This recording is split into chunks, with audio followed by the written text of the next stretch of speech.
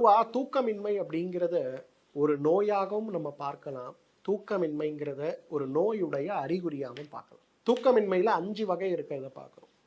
முதல் வகை தூக்கமின்மைங்கிறது 24 மணி நேரமும் நமக்கு தூக்கமே இல்லாமல் ஒரு நிமிடம் கூட கண் மூடாமல் நாம் சிரமப்படுவதை ஒரு வகை தூக்கமின்மைன்னு சொல்றோம். 2வது வகை தூக்கமின்மையின் போது ஒரு 7 நாள் இருக்கக்கூடிய வாரத்தில் 3 நாட்கள் நம்மளால நல்லா தூங்க முடியும், 4 நாட்கள் தூங்க முடியாது.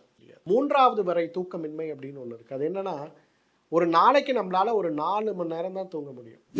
எதிர்பார்க்காம நம்ம பகலில் ஒரு 2 ஹவர்ஸ் தூங்கிட்டோம்னு வச்சிங்களேன், நைட்டில் பார்த்தீங்கன்னா நமக்கு சுத்தமாக தூக்கம் வராது. இது ஒரு வகையான தூக்கமின்மை. 4வது தூக்கமின்மை அப்படிங்கிறது மனம் சார்ந்தது. பெரும்பாலும் பார்த்தீங்கன்னா நம்ம வீட்டில் ஒரு திருமணமோ, ஒரு சிரமமோ, ஒரு பிரச்சனையோ, ஒரு நல்ல கெட்ட விஷயம் நடக்கும்போது இந்த சிந்தனைகளால் ஏற்படுகின்ற தூக்கமின்மைங்கிறது 4வது. 5வதுங்கிறது நோயினால் ஏற்படும். நான் சொன்ன மாதிரி சர்க்கரை நோயோ, இதய நோயோ, மற்ற நோய்களோ நமக்கு இருக்கிறது தெரியாமலோ அல்லது இருந்தாலும் முறையான சிகிச்சை எடுத்துக்கொள்ளாமலோ இருக்கும்போது நமக்கு ஏற்படக்கூடியது 5வது. ஸோ இந்த 5 வகையான தூக்கமின்மையை நம்ம பார்க்கணும். தூக்கமின்மையை எப்படி சரி பண்ணணும்? முதல்ல நான் சொன்ன மாதிரி ஹெல்த் அசஸ்மெண்ட் பண்ணணும். ஏன் தூக்கமின்மை ஏற்பட்டு? உடல் காரணமா, உளவியல் காரணமா, மனம் காரணமா, உணவு காரணமா, நோய் காரணமா, வேற என்ன காரணம் இருக்குங்கிற அனலைஸ் முதல்ல பண்ணணும். 2வது, நம்முடைய ராஜ உறுப்புகள்னு சொல்லக்கூடிய மூளை, இதயம், நுரையீரல், ஈரல், சிறுநீரகங்கள், செரிமான மண்டலம், நரம்பு மண்டலம், இந்த 7 மண்டலங்களுமே சீராக வேலை செய்யும் போது தான் நமக்கு தூக்கம் வரும்.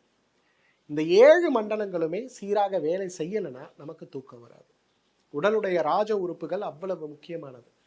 இந்த ராஜ உறுப்புகளை பலப்படுத்த நாம் செய்ய வேண்டிய முயற்சியில் உடல் கழிவை வெளியேற்ற வேண்டியது ரொம்ப முக்கியம். குறைந்தது 3 மாதத்திற்கு ஒரு முறையாவது பேதி மாத்திரை சாப்பிட்டு உடல் கழிவை வெளியேற்றணும்னா இந்த ராஜ உறுப்புகளுடைய செயல்பாடுகள் சீராக இருக்கும். 3வது, யோக பயிற்சிகள்.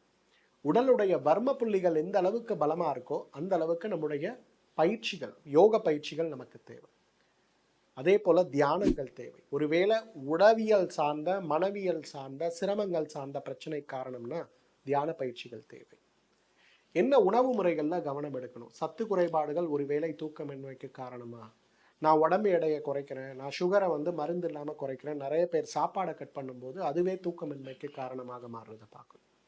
இது கூட மானசான்னு சொல்லக்கூடிய ஒரு அழகான அருமருந்து.